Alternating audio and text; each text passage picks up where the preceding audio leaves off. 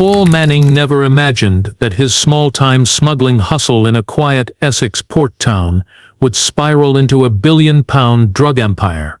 But alongside shadowy figures like the elusive Russian mastermind, known only as Boris K., he helped build one of the most dangerous criminal networks Europe had ever seen. An empire that would shake borders, corrupt officials, and push the limits of law enforcement. This is the story of how ordinary lives became entangled in a deadly game of greed, power, and betrayal. Tilbury sat on the edge of the River Thames like a forgotten corner of England. Once a thriving industrial port, it had slowly faded into the background of British life. A town where nothing much ever happened. Rows of red brick houses, faded shopfronts, and the distant clank of shipping containers being loaded onto trucks made up the daily soundtrack. It was the kind of place where locals kept to themselves, and outsiders never stayed long. To most, Tilbury was just another quiet port town, but behind the gray skies and rusting cranes, something was taking shape that no one could have imagined. For years, Tilbury had served as a gateway for goods coming into the UK from around the world. Everything from African textiles to South American produce passed through its gates. With so many containers arriving every day, not every one could be thoroughly checked. That simple truth became the weakness that would be exploited. At first the clues were too small to notice: a random seizure of cocaine in a refrigerated van, a tip-off about a container that was logged incorrectly, a dock worker found with large sums of unexplained cash. These incidents were dismissed as isolated, minor infractions in a system that, on the surface, was working. But each of these signs was a thread leading to a much larger, invisible network operating right under the authorities' noses. Some locals suspected something strange was going on. A few new businesses had opened that didn't quite fit. A hand car wash where no one ever saw a car being cleaned. A Turkish cafe that never seemed to have customers but stayed open late into the night. The police received occasional reports, but there was never enough evidence to act. Besides, in a town where unemployment was high and opportunity was scarce, no one was eager to question a bit of new money flowing in. At the heart of the port's operations was a security system built more on trust than technology. Longtime workers vouched for one another. Shipments were cleared by people who had worked the docks for decades. That trust was what made the smuggling possible, and so hard to detect. Those who were in on it knew how to avoid attention. They didn't flash their cash, didn't drive luxury cars, and they operated with precision, moving drugs like clockwork. Meanwhile, the authorities remained focused on the wrong end of the pipeline: street dealers and low-level gangs. No one suspected that Tilbury, this unremarkable town on the Thames, was slowly becoming a hub for one of Europe's most profitable drug empires. What made it all the more chilling was how ordinary it looked. There were no shootouts, no turf wars, just quiet efficiency, hidden in plain sight. By the time anyone realized what was really happening, the operation had already become too large to stop overnight. Tilbury, for all its modest appearance, was sitting on a billion-pound secret, and it was only the beginning. Paul Manning wasn't anyone special. He didn't stand out in a crowd, didn't have a flashy car or expensive clothes. In fact, most people who knew him would say he was just another working man doing long shifts at the Tilbury dock. His days were spent driving forklifts, moving crates, and sipping tea from a chipped mug in the break room. He had a record: small-time theft, a bit of fraud, nothing serious, but he was known for keeping his head down and getting the job done. That was exactly what made him useful. His real talent wasn't strength or intelligence, it was knowing how the system worked. Manning understood the routines, the gaps in surveillance, which managers were lazy, and which inspectors liked their envelopes a little heavier than others. He knew the names on the schedules, the security rotations, and when the cameras were most likely to glitch. He had worked the docks for nearly a decade, and in that time, he had become invisible, which made him the perfect entry point. The first approach came casually, almost like a joke. A man he didn't recognize dropped a hint about a container, said it'd be worth Manning's time to ignore it. No threats, no pressure, just a suggestion, and a wad of cash that nearly matched his monthly wage. Manning didn't ask what was inside. He didn't want to. but he let the container through, no questions asked. It worked. Nothing happened. No one came looking. A week later, another offer came, more money, same instructions. The job was simple: make sure a certain container was offloaded without inspection. It had the right papers, the right seal. On paper it was just frozen seafood. But the real cargo was cocaine, vacuum sealed and packed in ice to avoid detection by sniffer dogs and scanners. Manning's role was just to look the other way. Soon, his life began to change. The small debts that had haunted him disappeared. His girlfriend noticed he was more relaxed. He bought a new van, nothing too flashy, just enough to raise quiet questions. But by the time people started wondering, Manning had already slipped deeper. What he didn't know was that these early shipments were just tests. Small loads meant to see how far they could push before getting caught. The people behind them weren't small-time criminals. They were international smugglers, professionals with ties to violent cartels and shadowy figures in Eastern Europe. Manning had unknowingly become a piece in a much larger game. Each successful delivery built trust. More containers came, more cash flowed in. Manning went from a one-time accomplice to a reliable insider. He was eventually asked to identify which routes were safest, which customs agents could be influenced, and which days inspections were lighter. He was no longer just ignoring shipments, he was helping plan them. By the end of the year, Paul Manning wasn't a dock worker anymore. He was a smuggler, and one of the most important cogs in a billion-pound machine that was only just beginning to turn. Not long after the smuggling operation began to pick up speed, something curious started happening across Essex. In towns like Tilbury, Basildon, and Grays, a number of new businesses quietly opened their doors. They weren't the kind of places that attracted much attention, small, modest shops on side streets or rundown commercial strips. There was a hand car wash set up behind an old petrol station, a Turkish cafe with spotless windows and barely any foot traffic, a barber shop that never seemed to have more than one or two customers a day. To the average passerby, they looked like struggling businesses trying to survive. In truth, they were carefully chosen fronts for a growing drug empire. These businesses shared common traits. The staff rotated often, rarely spoke much English, and had no online presence. The cafes didn't advertise, the barbers didn't offer bookings, and the car washes didn't even bother with signs. They paid their rent on time, kept their shop fronts clean, and never caused trouble. Most locals didn't question them, and those who did never got clear answers. A few noticed odd details, like vans pulling up late at night or packages being loaded into the back with too much caution for simple supplies. But nothing seemed illegal on the surface, and so no one looked deeper. These fronts were more than just places to clean money. They served as crucial logistics points. Cocaine would arrive at Tilbury port in disguised containers, then be quietly transferred to vans driven by trusted couriers. These vans would make early morning stops at the cafes and car washes, dropping off sealed packages that were hidden in storage rooms, basements, or sometimes even inside fake walls. From there, the drugs were distributed further into the country or across Europe. The choice of these fronts wasn't random. Car washes offered a perfect cover. High water usage and frequent traffic made them hard to monitor. Cafes could operate all day and night without raising suspicion, and barber shops offered convenient places for quiet meetings. Each business handled a specific part of the chain. One location received shipments, another held the cash, and another prepared the next leg of the journey.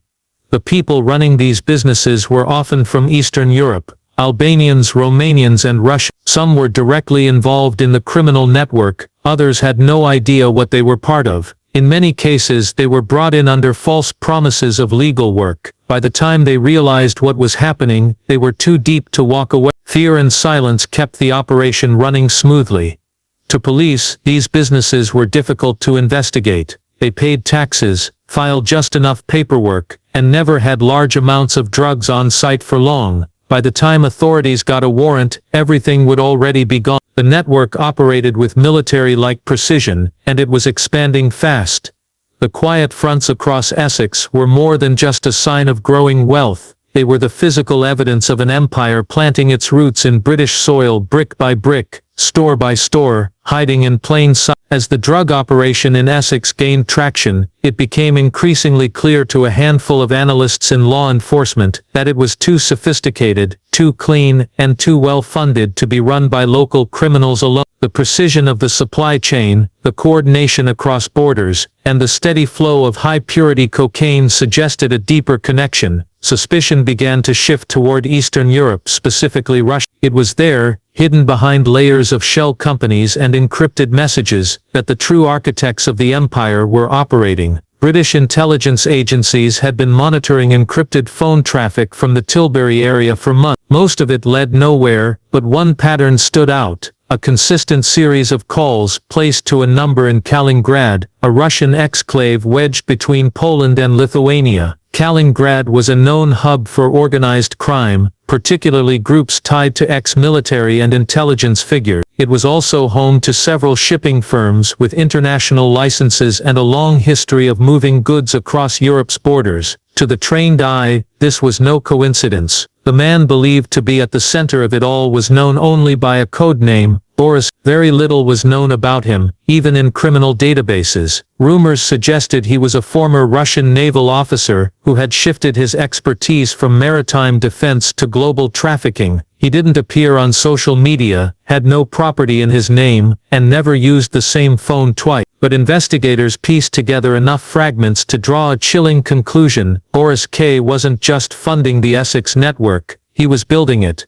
Rather than use brute force or street-level thugs, Boris K. operated like a... He found weak points in European infrastructure, vulnerable ports, overworked customs officers, and desperate dock workers, and turned them into assets. He didn't care about street dealers or turf wars. His model was wholesale. Cocaine came in massive quantities, often hidden inside legal shipments of meat, electronics, or vehicle parts. From there, it was broken down and distributed by smaller networks, who never knew where it had come from. Paul Manning, now heavily involved in the Tilbury operation, never met Boris K. He received instructions through intermediaries, mostly Eastern European couriers, who handed him burner phones, addresses, or sealed packages. Every layer of the network was designed to insulate the core. If one link broke, the rest remained untouched. What made Boris even more dangerous was his ability to blend criminal enterprise with legitimate business. Some of the companies involved in the smuggling also held contracts with European logistics firms. They paid taxes, sponsored local events, even employed people with clean records. All of it gave them an air of legitimacy that was nearly impossible to pierce. As the British authorities dug deeper, they realized they weren't just dealing with a drug ring, they were dealing with a multinational criminal syndicate, one whose reach extended far beyond Tilbury, and whose leader was as invisible as he was powerful. The Russian link was no longer a theory, it was the spine of the entire empire. With Boris overseeing operations from afar and the groundwork laid in Tilbury, the empire began to grow at an astonishing pace. What had started as small test shipments quickly turned into a full-scale trafficking operation, moving hundreds of kilos of cocaine through the port every month. The logistics were flawless. The drugs were smuggled in concealed compartments inside legitimate cargo, frozen chicken, canned fruit, even industrial machinery. Every detail was carefully planned, and every risk accounted for. Tilbury had become a key artery in one of Europe's most advanced drug supply chains.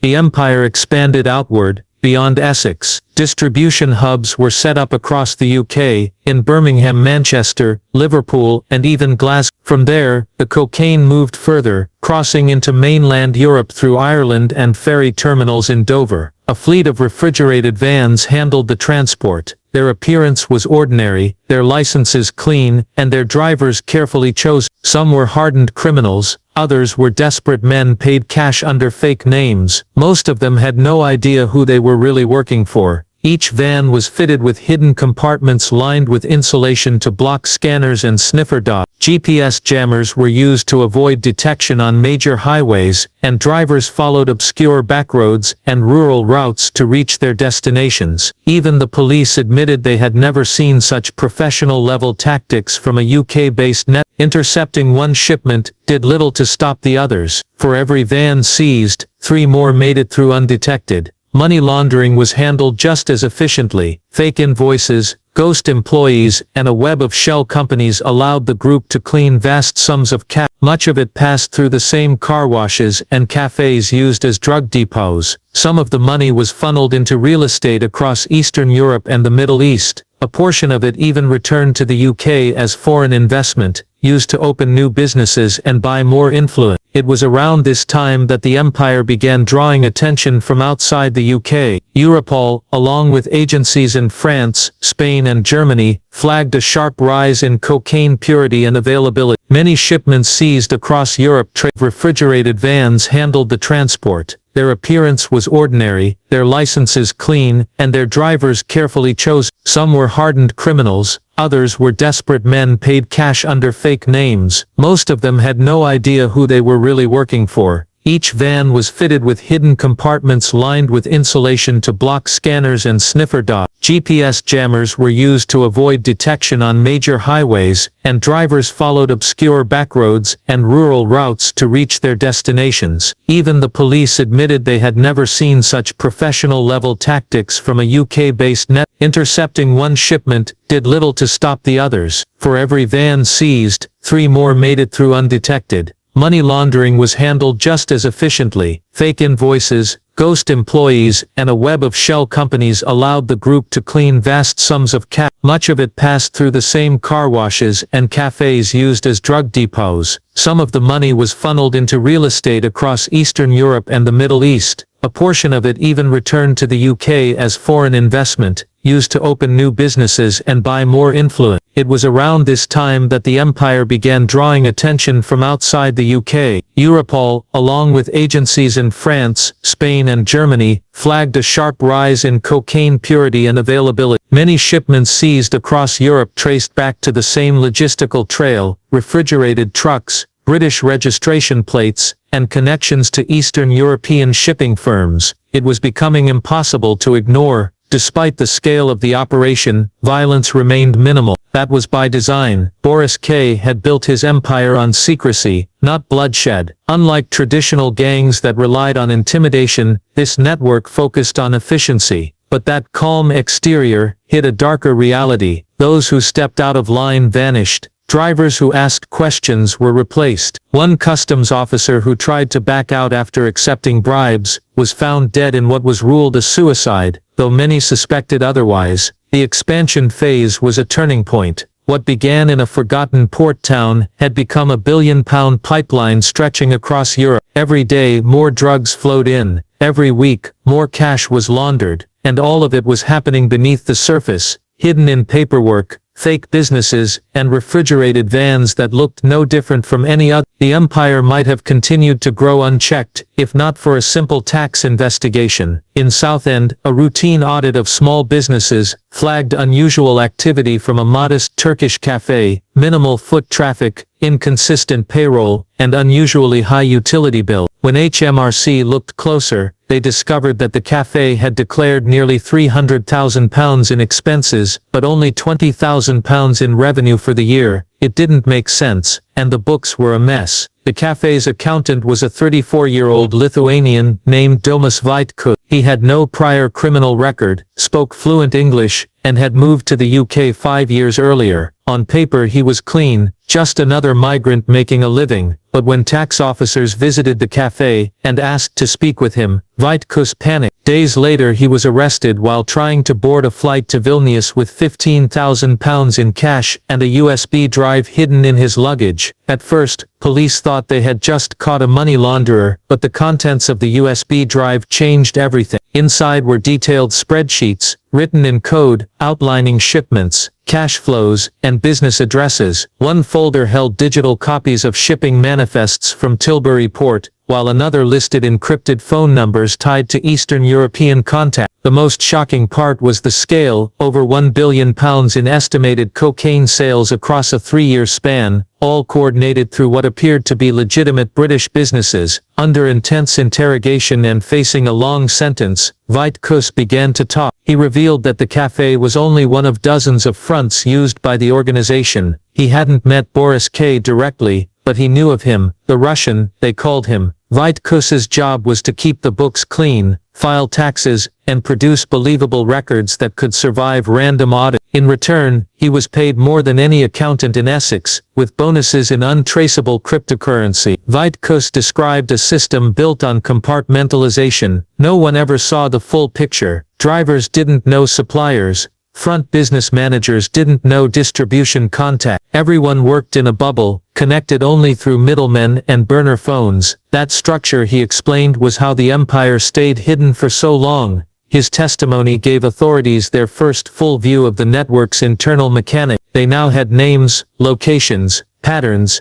and shipping records. But most importantly, they had proof that Paul Manning, once a dock worker with a side hustle, had become a critical player. Vitkus confirmed that Manning was responsible for coordinating the arrival of high-value shipments, and for identifying which customs officers could be bribed or manipulated. Investigators were stunned at how sophisticated the operation had become. This wasn't random smuggling, it was international drug logistics at a corporate level. Every container, every van, every transfer point was tracked and optimized. The cocaine flowed like a product through a supply chain, and Vitkus had helped make the numbers look clean. His cooperation opened the door to something law enforcement had never fully grasped. This wasn't just a UK-based crime ring, it was a criminal enterprise stretching across borders, laundering money through British businesses, and moving drugs on a scale few had dared to imagine. As the empire grew more powerful, so did the cracks within it. Paul Manning, once content to be the man behind the scenes at Tilbury, began to feel restless. He saw how much money was moving through the system, and he started to believe he deserved more. After all, he had been there from the start, taking the early risks. Without him, the shipments would never have made it through the port. But now, as the operation expanded across Europe, the Russians were taking a larger share of the profits, and giving him less control. At the same time, Boris K. was growing uneasy with how visible Manning had become. He was a known figure at the docks, living more comfortably, attending meetings he used to avoid. His name was beginning to appear in internal chatter flagged by law enforcement, and his photos started turning up on surveillance footage. For an organization built on secrecy, Manning was becoming a liability. The relationship that once thrived on mutual gain, now hung by a thread of mistrust. Communication became colder. Instructions from the Russian side grew vague. Payments started arriving late, and some didn't arrive at all. Manning complained through intermediaries, but the responses were clipped and indifferent. The Russians, it seemed, were preparing for a future that didn't include him. Then came the fake shipment, a container that arrived from South America, supposedly holding one of the most valuable loads to date. Manning was told it contained nearly 300 kilograms of high-grade cocaine. Everything appeared normal, the seals were correct, the paperwork in order, and the van was sent to collect it under routine protocol. But when it was opened in a secure location, the container was empty. Not a single brick of cocaine inside, just boxes of scrap metal and packing material. To Manning, it was more than a mistake, it was a message, a warning that he was no longer trusted. Furious, he tried to reach out to his contacts, demanding answers. Instead, he was met with silence. A week later, one of his closest associates, a former customs officer, who had helped falsify port entries, was found dead in a canal near Dartford. Officially it was ruled an accident,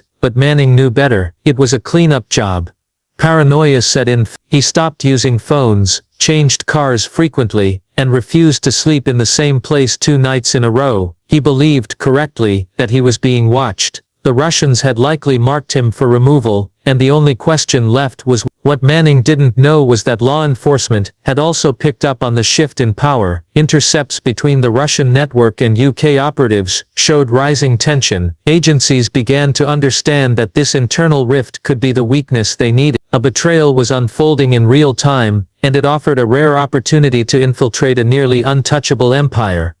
The alliance between Manning and the Russian mob had been built on shared profit and quiet cooperation. Now it was unraveling, poisoned by suspicion and greed. And in that collapse, the empire's carefully constructed mask began to slip, exposing just enough for the authorities to finally strike. The collapse of trust between Paul Manning and the Russian syndicate set off a chain reaction that law enforcement had been waiting for. Surveillance teams picked up frantic movement, burner phones dumped, vehicles switched, and warehouses emptied overnight. The sudden activity confirmed that something big was about to happen, and for the first time, British authorities had the advantage. Working with Europol and other European intelligence agencies, they launched a coordinated operation that would become one of the largest anti-drug efforts in UK history. The sting was meticulously planned. It had to be. The network had survived this long because of its discipline and insulation. To strike too early would mean missing key players. To wait too long could risk the trail going cold. Over the course of 3 weeks, undercover agents tracked couriers, monitored supply routes, and quietly mapped the empire's physical infrastructure. Warrants were prepared across multiple jurisdictions, with law enforcement teams from 6 countries ready to move at the same hour. At 4 a.m. on a damp Tuesday morning, the operation began. Over 200 officers moved in across the UK, the Netherlands, Germany, Latvia, and Spain. In Tilbury, armed police raided 3 warehouses simultaneously. Inside they found cocaine packed inside wooden pallets, false walls, and even stuffed into engine blocks. In total, over 800 kilograms of drugs were seized in that first wave alone. Several key lieutenants were arrested on site, including logistics managers and corrupt port employees. Meanwhile in London, a financial advisor who had handled the group's money laundering was taken into custody at his home in Kensington. Inside his safe were offshore bank records, crypto wallets, and hard drives containing transaction histories. In Latvia, a Russian enforcer tied to Boris K. was killed during a gunfight with police after refusing to surrender. His capture had been critical to the case, but investigators would later find evidence in his apartment linking him directly to murders and disappearances connected to the empire. In Manchester, a safe house was stormed, where Paul Manning had been hiding. Officers found him pacing the room, pale and exhausted, with multiple phones around him. He didn't resist. He had known the end was coming for days, with both the Russians turning on him and the police closing in. He had nowhere left to run. He was arrested and transported under high security to London, where he faced immediate charges. While arrests mounted across Europe, there was one glaring absence. Boris K. Despite all the planning, he was nowhere to be found. Intelligence agencies believed he had been tipped off in the final hours and fled. Some said he was hiding in Serbia under a new identity. Others whispered he had returned to Kaliningrad, protected by powerful allies. The Russians denied everything, as expected. Still, the sting had succeeded in dismantling the operational core of the empire. The businesses, the couriers, the smuggling routes, all had been exposed or shut down. The billion-pound machine had ground to a halt. For the first time in years, Tilbury port felt silent again, but the shadow of what had been built there would linger for a long time. The aftermath of the massive police operation sent shockwaves through the British criminal underworld. The dismantling of the drug empire based in Tilbury and linked to the Russian mob left a power vacuum that many were eager to fill. But unlike typical gang wars fueled by territorial disputes and street-level control, this vacuum was shaped by the fallout of a multinational syndicate collapsing, exposing cracks in the alliances that had held the empire together for years. Paul Manning's arrest was a major breakthrough, but it only revealed a fraction of the truth. As investigators dug into his phone records and financial documents, they uncovered layers of deception and betrayal that went far beyond what had been suspected. Manning had been playing both sides for months, cooperating with British authorities in secret, while simultaneously trying to negotiate a new deal with the Russians to save his own skin. His duplicity became a key piece in understanding how the empire had been vulnerable from within. Inside the UK court system, Manning's case became headline news. Prosecutors painted him as the linchpin who had enabled the smuggling ring to operate for so long, while defense attorneys argued he was a small player caught in a dangerous web beyond his control. The truth lay somewhere in the middle. He was neither a mastermind nor a victim, but a man driven by greed and fear, trapped in a world much larger than he had ever imagined.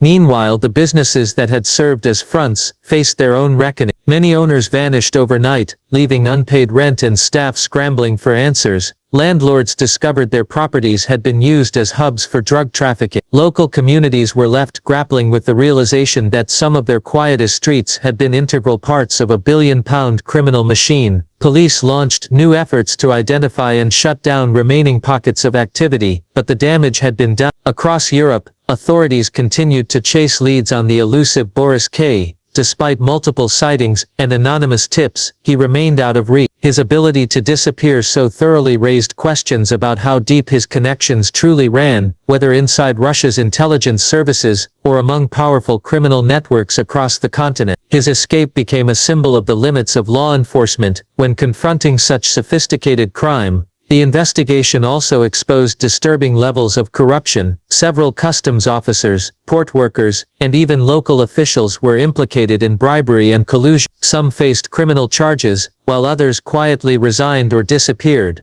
The scandal shook public trust and prompted government reviews of security and oversight at key ports across the UK. As the dust settled, experts warned that while this empire had been broken, the market for cocaine in Europe was far from dry. New groups were already looking to fill the void, learning from the mistakes of the past. The drug trade was adaptive, resilient, and always evolving. What had happened in Tilbury was a stark reminder that beneath the calm surface of everyday life, powerful forces were constantly at work, forces driven by greed, secrecy, and violence that could erupt again at any moment. For the people of Essex, the quiet port town that had hidden so much, the story was far from over. The billion-pound secret had been revealed, but the shadows it cast would linger for years to come.